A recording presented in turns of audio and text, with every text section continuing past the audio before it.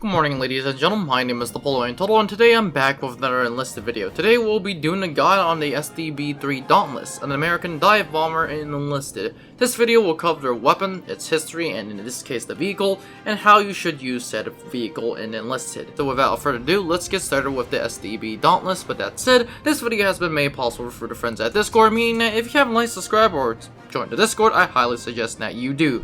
With that said, let's get started with the SBD Dauntless.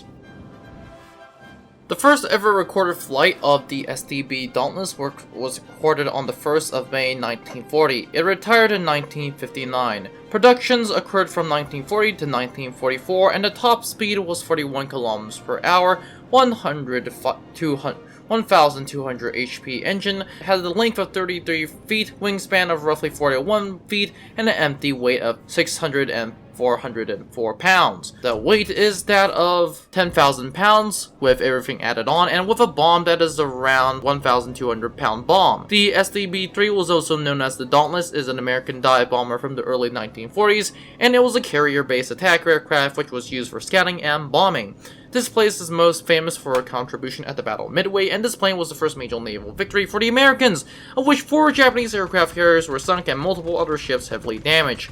Pilots and gunners of the SBD were given the nickname the Slow but Deadly, since this plane is slow but extremely deadly, especially in a dogfight, which, let's be honest, it's not that intended. The aircraft is a 2-man crew, so going out and out to a dive will check the altitude to save time. Although this was not only used as a gunner, radio man, he can also cover the pilot, the rear gunner, and these incredible planes saw service in the US Navy, the US Army Air Corps, the US Navy Marine Corps, and the Free French Air Force, and there were about 5,936 of these SBD made.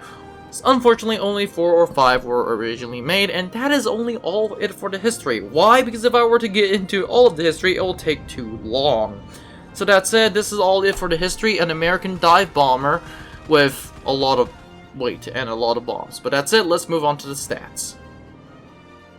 In terms of the stats of the SBD, the SBD is called an American carrier-based dive bomber, and this modification was proved protection, improved the fuel tanks, and had 4 machine guns, which in name was nicknamed the Banshee.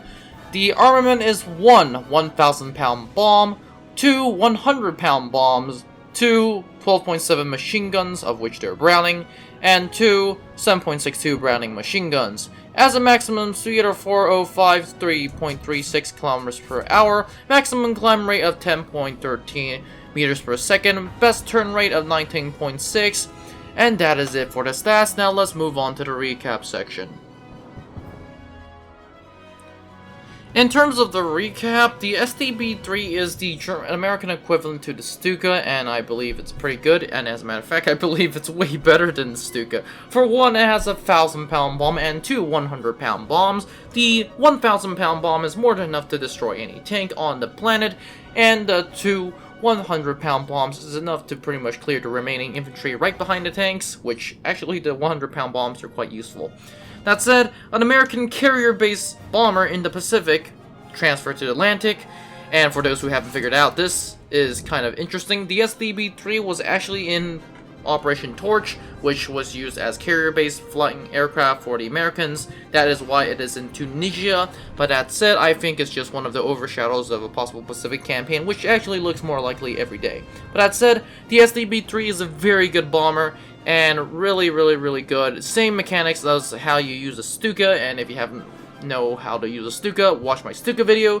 But the SBD is a very American Stuka. It's very deadly. Very deadly. And that said, this is all it for the video, guys. Don't forget to like, subscribe, join the Discord, and I'll see you in the next one. Now before you leave, I would like to thank you very much for watching this video.